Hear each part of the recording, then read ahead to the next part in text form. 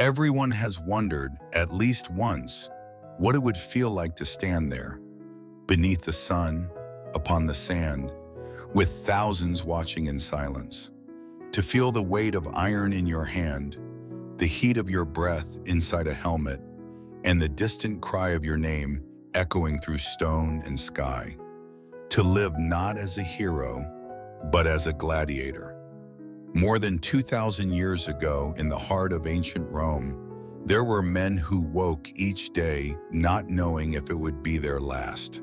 Fighters, prisoners, legends, and in the quiet hours before the roar of the crowd, some of them remembered who they were and who they used to be. This is one of their letters, written not with ink, but with breath held in the dark, with memory, with fear, with something like love. Before sleep takes you tonight, let us drift together, back to marble halls and distant drums, back to a man with scars on his skin and fire in his eyes, back to the arena where silence falls just before the gates rise. It is the height of the Roman Empire, a time when marble temples cast long shadows over crowded streets, and the sound of sandals echoed through the forum like a constant drum. Rome was the center of the world, a place of unmatched wealth, beauty, and power, built on the backs of those it conquered. And beneath the golden statues and feasts of the elite, another world existed. One of sweat, fear, and blood, the world of the gladiator. Gladiators were fighters, trained in special schools called ludi, where they learned to wield swords, shields, nets, or tridents. Some were prisoners of war, some were criminals. Others sold themselves to the arena, chasing gold, fame, or redemption. They fought in amphitheaters across the empire, but none more famous than the great Colosseum, a ring of stone that held up to 50,000 people. There, beneath the weight of emperors and commoners alike, men were pitted against each other, against beasts and against fate. But gladiators were more than fighters. They were symbols, entertainers, sometimes even heroes. And in the spaces between the spectacle, behind the training walls and iron gates, they laughed, they mourned, they remembered their families. Some wrote letters, though many could not write. Some whispered words into the night, hoping someone would remember them. This is one of those voices, a letter from a man who once had a name, and who still, beneath the armor, remembers it. It is the late summer of 82 AD. The sun hangs low over the rooftops of Rome, painting the stones in gold and dust. Somewhere near the edge of the city, behind the high walls of a gladiator school, a ludus, a man sits in silence. His name is Marcus Silanus, or at least that was the name given to him when he entered the arena.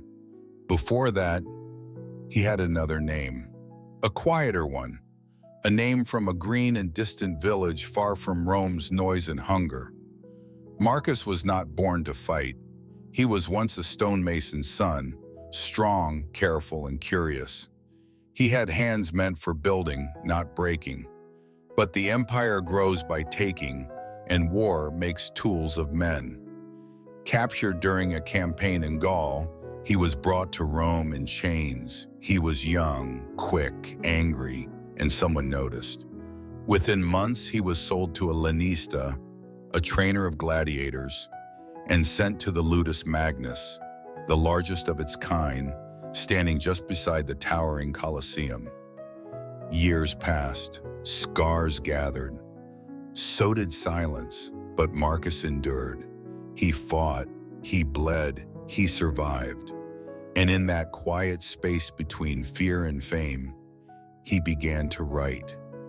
Not for the crowd, but for himself, for the people he once was, for the people he lost, for anyone who might one day wonder what it meant to be a man made myth by the sword.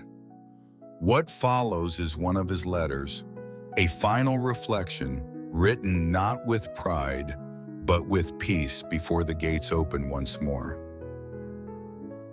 They call me Silanus now. The name came with the collar, clean Latin for the arena. It rolls off the tongue better when the crowd shouts it. Easier to carve on a roster. Easier to forget who I was. But I wasn't always Silanus.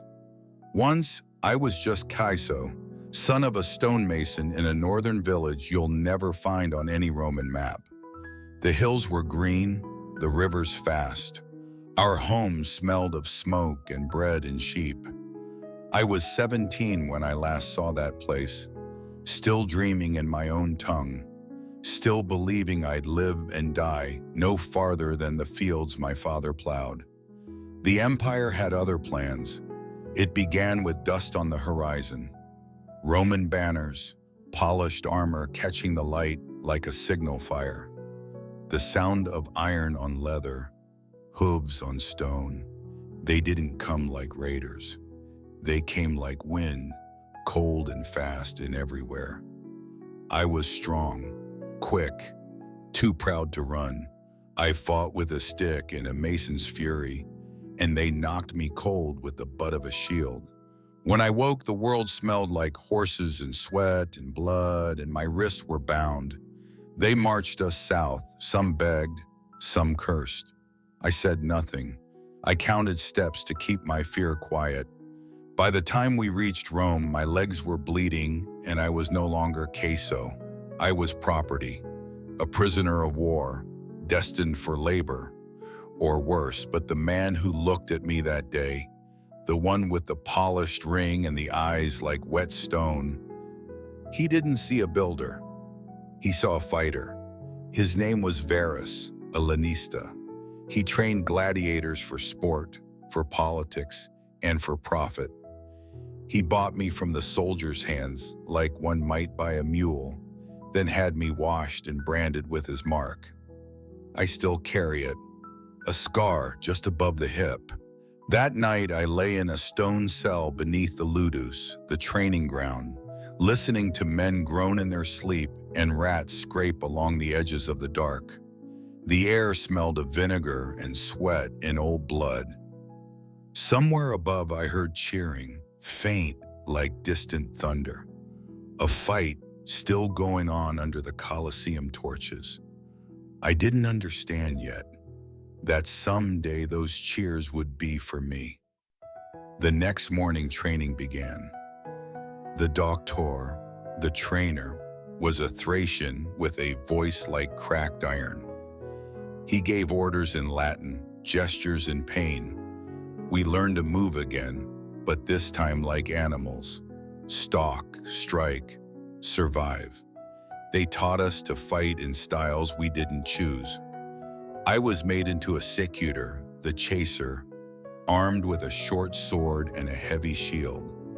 My helmet had small, round eye holes, meant to limit my vision, to trap me in focus. It made breathing like dragging air through cloth. In it, I looked like a monster. And that was the point. We were taught to kill, but also how not to kill, because the games weren't just blood. They were theater. You didn't just win, you performed. You made the crowd feel something. They wanted to see rage, desperation, mercy, sometimes even beauty. And in that, strange as it sounds, there was an art to it. In the ludus, you either become something harder or you break. Some did break. I watched men collapse in the training yard, from heat, from hunger, from hopelessness. Some were dragged away. Some we never saw again. But others adapted. We made jokes in the dark, shared scraps of stolen food, whispered memories of home. I met Drusus in those early days, a giant of a man from Numidia, with scars like tree roots across his chest. He had killed 3 men before his first bout. He once told me, "The body breaks, brother, But the eyes hold who you are. He taught me to stay still, to watch before I moved. He died 5 matches before I reached my 10th. They gave me his sword. I remember my first time in the arena. It wasn't the Colosseum, not yet. A smaller amphitheater in Capua. The crowd was close enough to smell. Dust hung in the air like smoke, and I could feel the sun cooking the top of my helmet.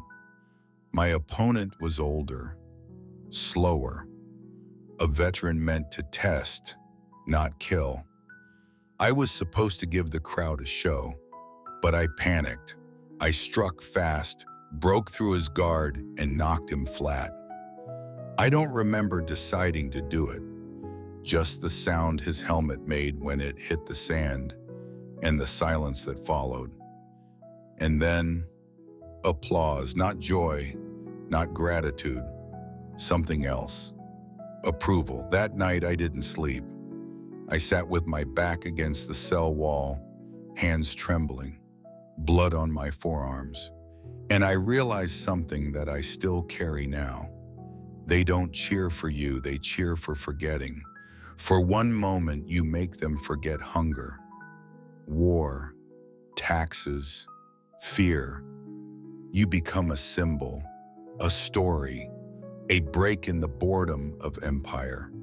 But I am not a story, not yet. I still remember my mother's hands, always dusted in flour, always busy. I remember the scent of the wood smoke in our cottage, the weight of stone I used to lift for my father, the feel of river water cold against my legs in spring. These things do not leave me, even when the helmet goes on, even when the gates rise, even when I am Silanus and not queso. I once thought the worst part of being a gladiator would be the fights, but it's not. It's the waiting, it's the long days beneath the stone, where the only sunlight is a memory and time moves like old honey. The hours when your sword is clean, your wounds are closed, and all you have left is thought, and the shadow of the arena. The Ludus Magnus, our training school, is only steps from the Colosseum itself. Some days you can hear the crowds cheering as you train. You strike a wooden post, and in the distance, thousands roar for someone else's victory or death. It's a strange thing, knowing that you're practicing to perform, not just to survive. Our weapons in training were dull, our shields heavier than those we'd use in the arena. They made us carry them long past exhaustion, so when the time came, battle would feel light by comparison. But it never did. We trained in formations, even though most of us would fight alone. It was part of the spectacle. The Empire loves symmetry. The Murmillo with his fish-shaped helmet and curved blade, the Retiarius, quick and bare arm with his net and trident, the Thraex with his Sika and square shield. They trained us in pairs across styles to heighten the drama. You didn't just fight your opponent. You had to counter him, dance with him, give the crowd the contrast they craved.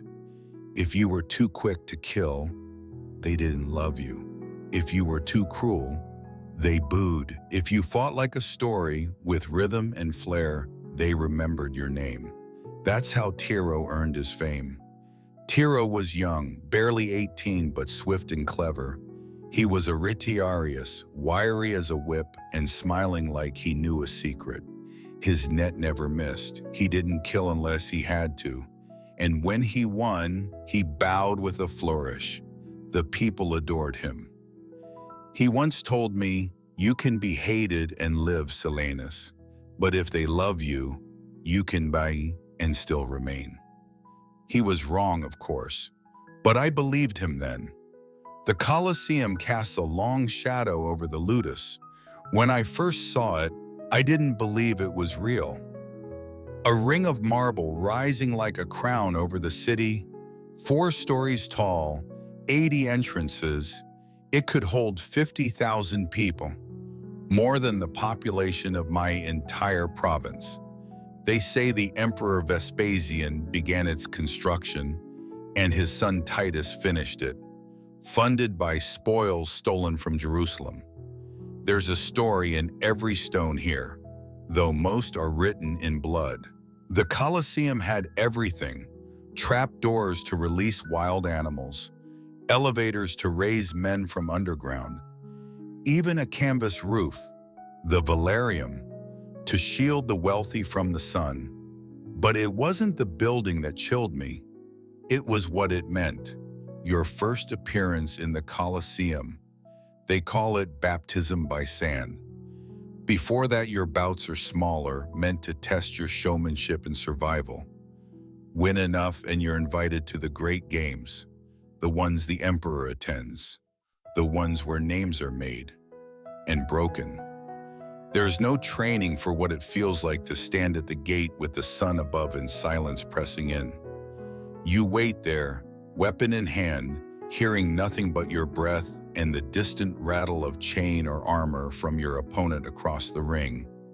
Then the tuba, those long bronze Roman horns, sound and the doors rise.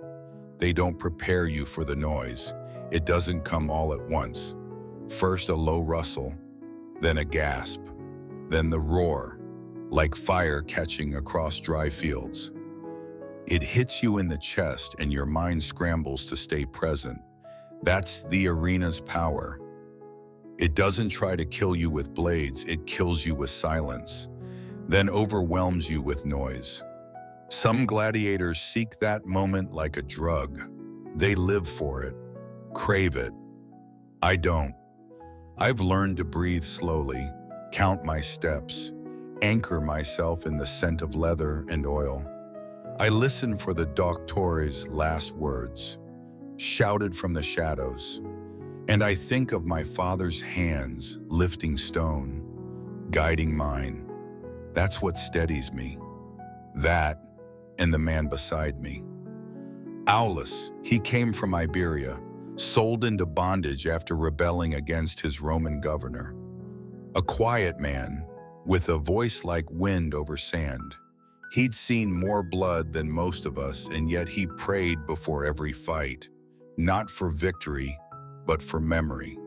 He once said, "Every drop I spill is a name remembered." He was my match partner.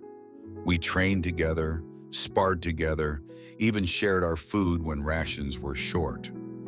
In the arena, we never faced each other. I thank the gods for that. In a place built on fear, he made space for honor. We all had rituals. Some kissed the scar where they were branded. Some traced the names of their children in the sand with their toes before stepping out. Some whispered to their gods. Some said nothing. I write, not with ink. We don't have that. But in my mind, I speak these words silently to myself before each bout, imagining someone, somewhere, might one day hear them. Maybe you. That is how I remember who I am.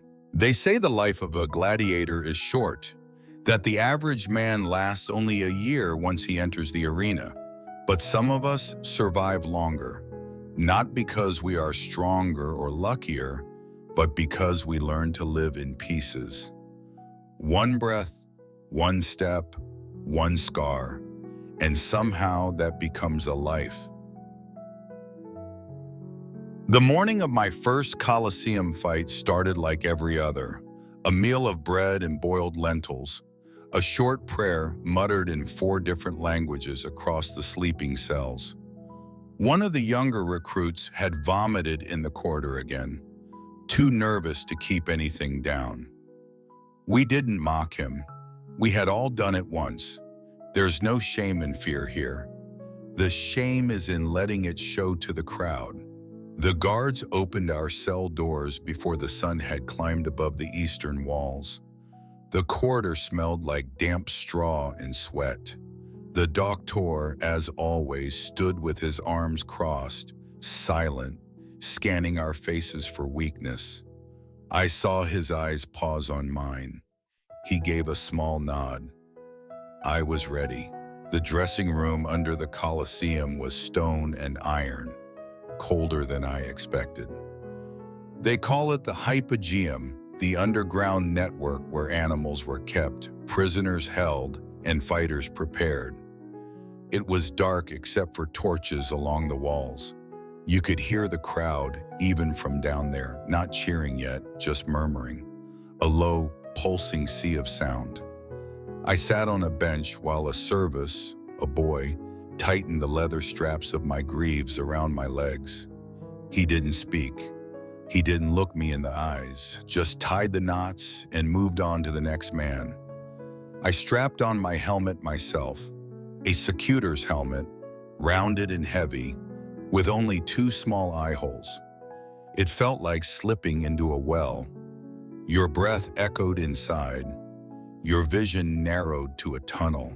You could barely hear anything beyond your own heartbeat.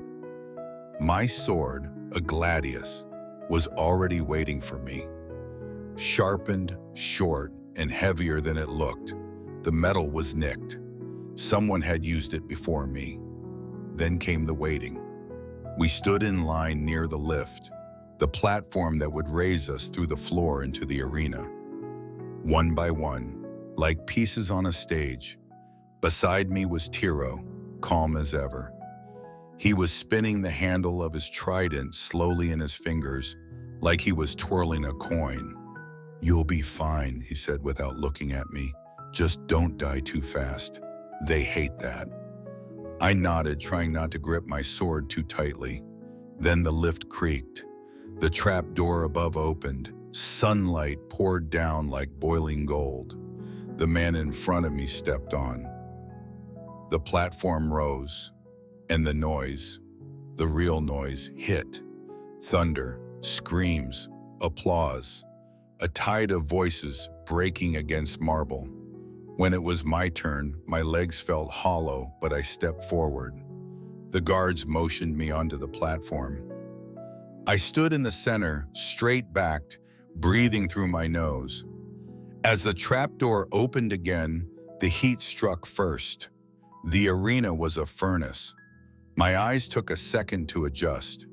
Everything was too bright.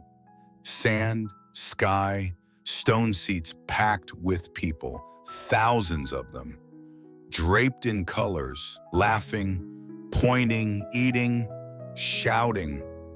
I saw the emperor's box, raised above the rest, a purple canopy shading the shadow of a man I never looked at directly. Better not to know if he was watching me. Across the sand, the gate opposite mine opened. My opponent stepped out. He was older than I expected, probably in his 40s. A Thraex, short curved sword, square shield, crested helmet, stocky, muscled. A scar ran from his elbow to his wrist. He walked with a limp, but his posture was relaxed, like a man who'd done this too many times to be afraid. The referee stood between us, a former gladiator himself, tall with a rod in one hand. He glanced at both of us, then raised the rod and pointed to the sky. The crowd fell silent. A trumpet sounded. We began. The first moments of a fight are about reading, not attacking, not rushing, watching. I circled slowly to my right. He mirrored me. His shield stayed tight to his body. His eyes, what little I could see of them, never left my chest. He wasn't looking at the blade. He knew that was a distraction. I tested his guard with a jab. He didn't flinch. I backed off. Then he lunged, fast, shield first. I sidestepped, brought my sword up, and barely caught his strike. Steel screamed against steel. The sound echoed like a hammer inside my helmet. He pressed, I gave ground. We moved like dancers locked in rhythm, sand kicking up around our feet. The crowd began to roar. Time lost shape. I stopped thinking in words, just angles, motion, pressure. I saw an opening under his shield and struck. Too shallow. He returned with a slash toward my leg. I blocked it, but the blow rang through my bone. I was tiring. He knew it. He pushed forward again, forcing me back near the edge of the arena wall. My heel hit uneven sand. I stumbled. He raised his sword, and then I did something I hadn't planned. I dropped, fell flat on my side. His strike missed, passed through the air just above me. I rolled and surged up, slamming my shoulder into his knee. He buckled. His shield fell. I brought my sword down, once hard, across his helmet. He dropped. The crowd screamed, some in excitement, some in disappointment. The referee stepped in, held out a hand to me. I froze. Then I looked up. To the Emperor's box. The signal would come from him, or from the crowd around him. I waited. 1 breath, 2. Then I saw it. A fist closed, held high. Mercy. The referee nodded. I stepped back, lowering my sword. Back in the ludus, the men slapped my shoulder. Not congratulations, just acknowledgement. I had survived. That was enough. Tiro handed me a cup of watered wine. Nice drop, he said. You'll live another week. That night I sat on my bedroll and stared at my hands. They were still shaking. My opponent would live, but I had come close. Closer than I expected. And something inside me felt different now, not proud, not victorious, just aware. The next day, a servant brought me a laurel branch, small, symbolic. The crowd liked me. That mattered. It meant I would fight again. People think gladiators fought for glory. They didn't. They fought for eternity, for weeks, for days, for another morning in the sun. But some of us, we also fought to remember who we were before the sword. Fighting wasn't the hard part. Waiting was. Days passed slowly in the ludus between matches. The training didn't stop. If anything, it became more intense. You weren't being prepared for survival anymore. You were being shaped into a spectacle, and yet it was the quiet moments in between, the waiting, the meals, the memories, where life as a gladiator became something else entirely. Something human. After my first fight in the Colosseum, the guards gave me a small wooden tag, a tessera, carved with my name, my style, and the number of matches I'd survived. 2. It felt like holding a coin pressed with my life, a measure of time, of blood. Some men carried theirs around their necks, as if counting their days gave them power over them. Others buried theirs behind stone blocks, hoping not to need them again. I tucked mine into a crack in my cell wall. I told myself it didn't matter.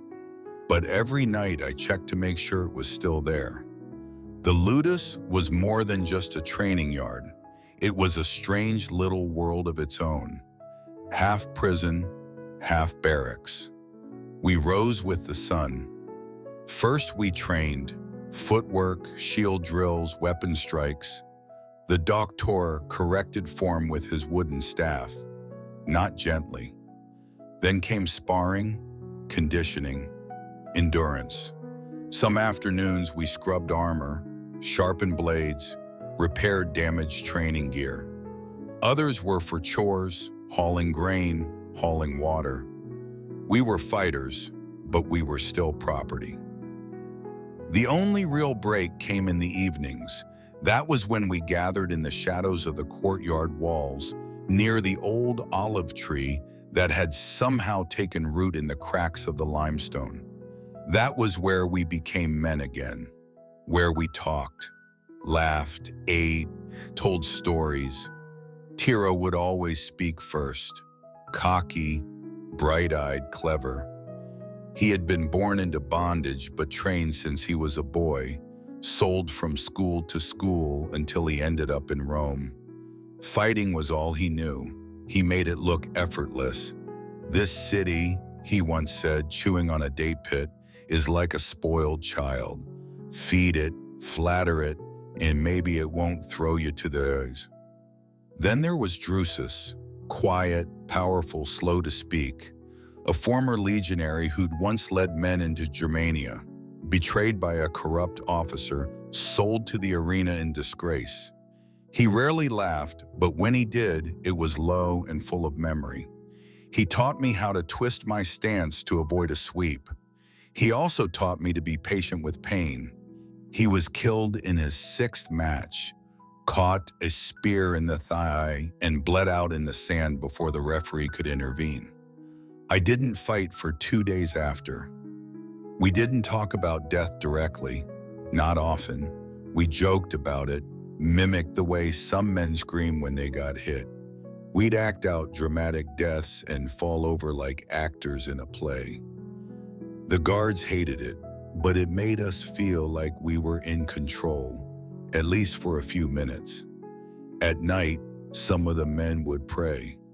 Others would drink if they could sneak in wine. Me, I wrote, not on parchment. We had none. I wrote in my head over and over, as if the words could carve themselves into stone. That's how this letter exists at all. One evening, while the sky still held the heat of day, a scribe visited the Ludus. Not for our benefit, of course. He was there to record the names of fighters approved for the next games, part of the Emperor's summer festival. I watched him from the far end of the yard, scratching names onto a wax tablet.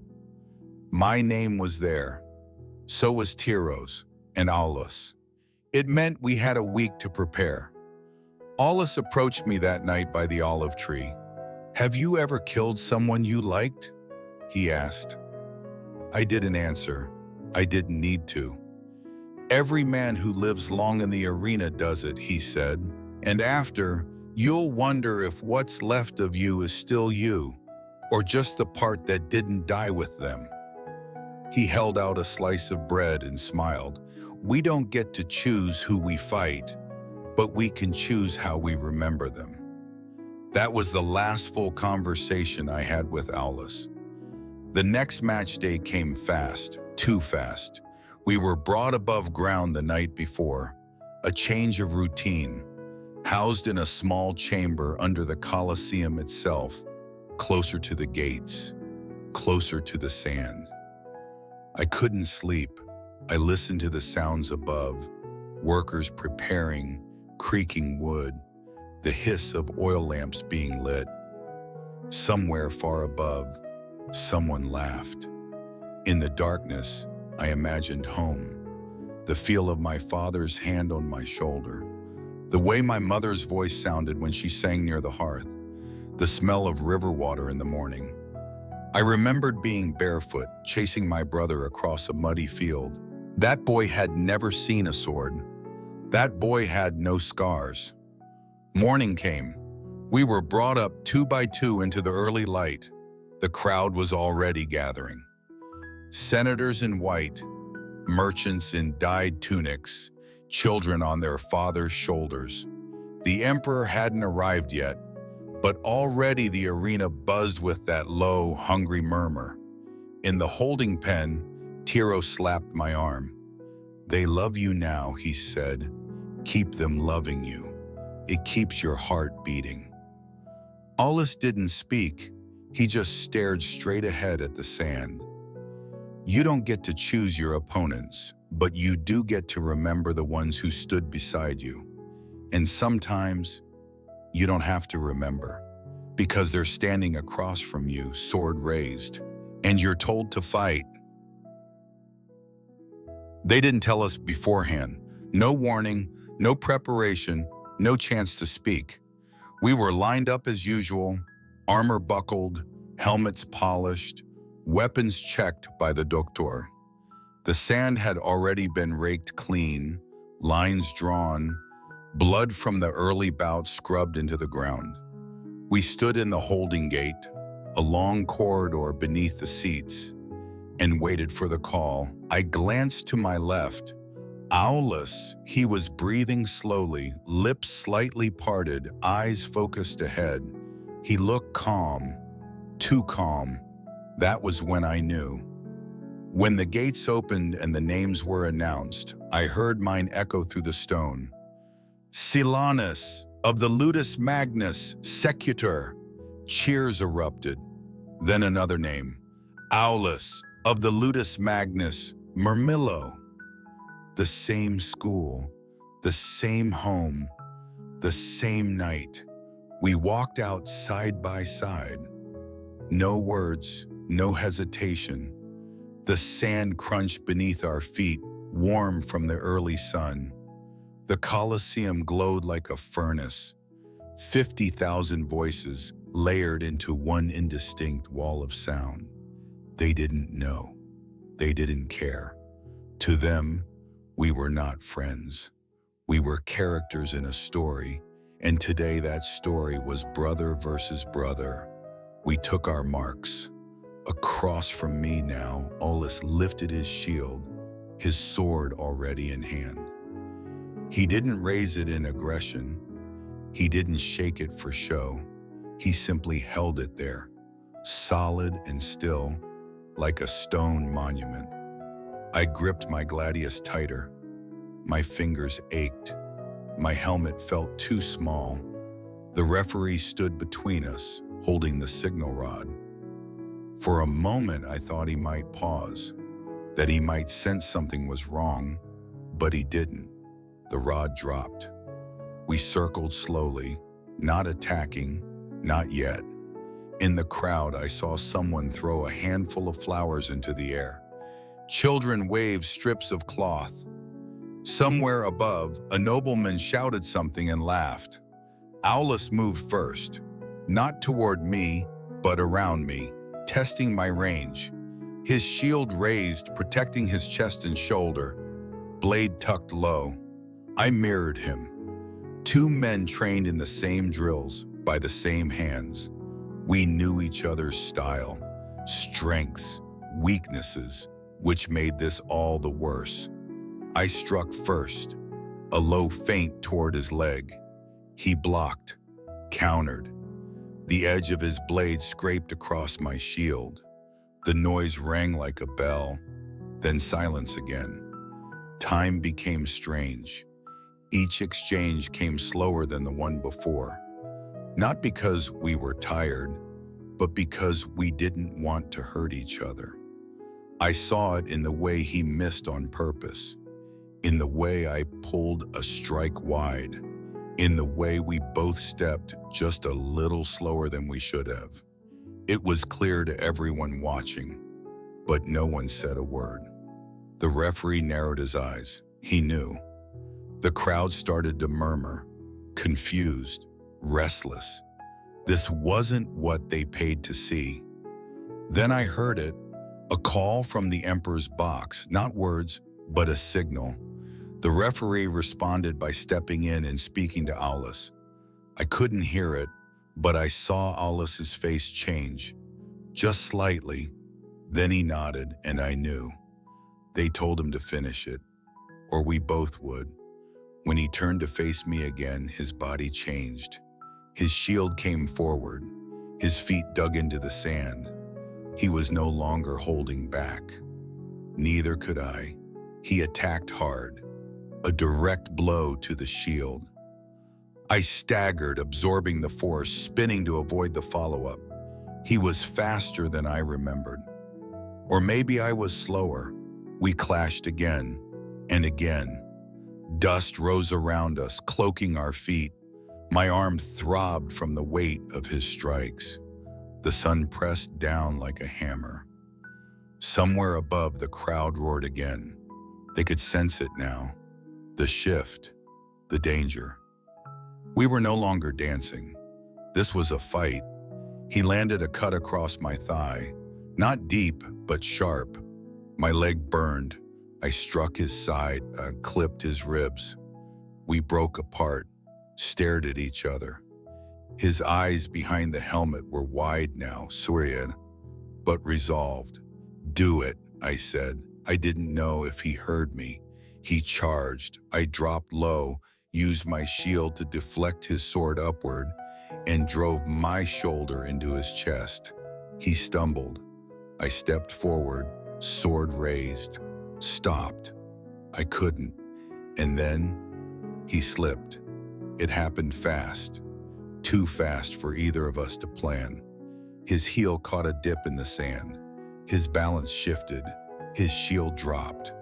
I acted on instinct. The blade struck the side of his helmet. He fell. The crowd stood. The referee held out his hand toward me. The emperor would decide. I looked up, panting, blood trickling down my shin. The sun burned my face through the helmet's slit. I could barely see. Then the signal came. Thumb raised. Mercy. I dropped my sword. The gate opened. Medics rushed in, lifted Aulus with careful arms. He was breathing, still alive. But I wasn't sure I was.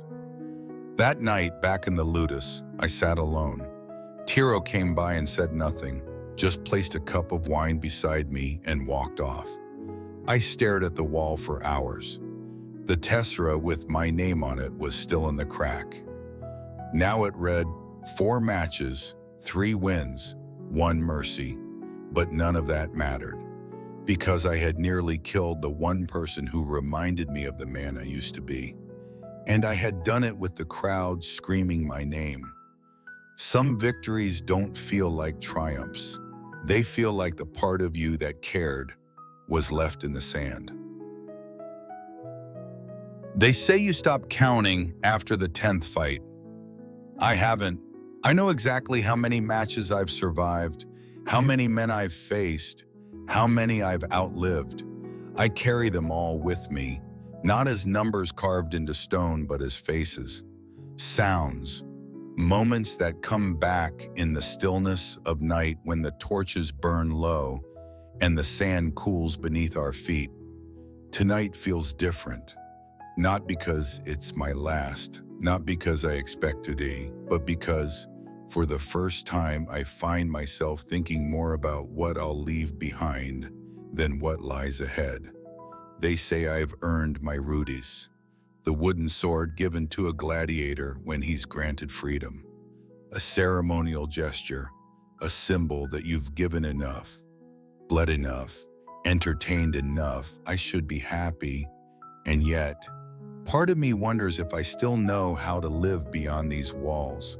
Beyond the sand, the steel, the rhythm of training and survival. Out there in the city, life moves like water, unfamiliar, unstructured. There are no rules of engagement, no cheers to tell you when you've won. Out there, no one tells you when to raise your shield or when to lower it. Tomorrow, they say, I will fight once more. A final appearance, a farewell match, one last roar for the crowd that has watched me become something else. After that, I can go. Where, I don't know. I've long forgotten where my village stood, or if it still does. My family, if they live, are strangers now. The world outside these walls has turned without me. I have grown old in the shadow of Rome. But I remember who I was, and that is why I write this letter, not with ink, but with memory, so that if I do fall tomorrow, these words will remain, even if only in the mind of someone, somewhere trying to understand what it meant to be a gladiator. We were not savages, not monsters. We were men taken, shaped, and made into something the world could consume. We were broken and rebuilt, and sometimes remembered. I still see Aulus in my dreams. He recovered. He fought twice more. Then he was gone, transferred to another province, another amphitheater. I never saw him again, but I hope he is free. Tiro, ever the performer, fell during a lion hunt spectacle. They said it was quick, that he smiled just before the animal leapt. Drusus lives on in my memory, as do others. Men with no tombs, no statues, no names left behind, only scars and silence. When I was a boy, my father taught me to carve stone. He said, "If you want something to last, make it part of something larger than yourself." I thought he meant walls, bridges, temples. Now I understand stories, they are what survive us. And so this is mine. A story not of glory, not of conquest, but of breath, of fear, of endurance, and somehow of hope. If you're reading or hearing these words, you are part of that survival. You are the one who remembers. And for a man like me, that is enough. Farewell. From the sand, from the shadow, from the man they once called Silanus, but who was always quietly still queso. And now, the letter has been read. The gates have closed, the sand has settled, and the roar of the crowd is far behind us. You are safe here. There is no arena, no fight, only breath, only stillness. You have traveled far tonight, through memory, through shadow, through the echo of a life lived in quiet courage. And now, it is time to return to yourself. Let the weight of the day fall from your shoulders. Let your thoughts soften, like footprints fading in the sand. Let your heart know peace, not because you've won anything, but because you've endured. You are enough. You have always been enough. And now it is safe to rest. Close your eyes. Breathe deeply. Let sleep come like the slow rise of morning light through marble arches. Let your dreams be quiet and kind. And when you wake, may you carry with you not the roar of the crowd, but the calm that follows after. Good night, dreamer. We'll see you again with the next letter.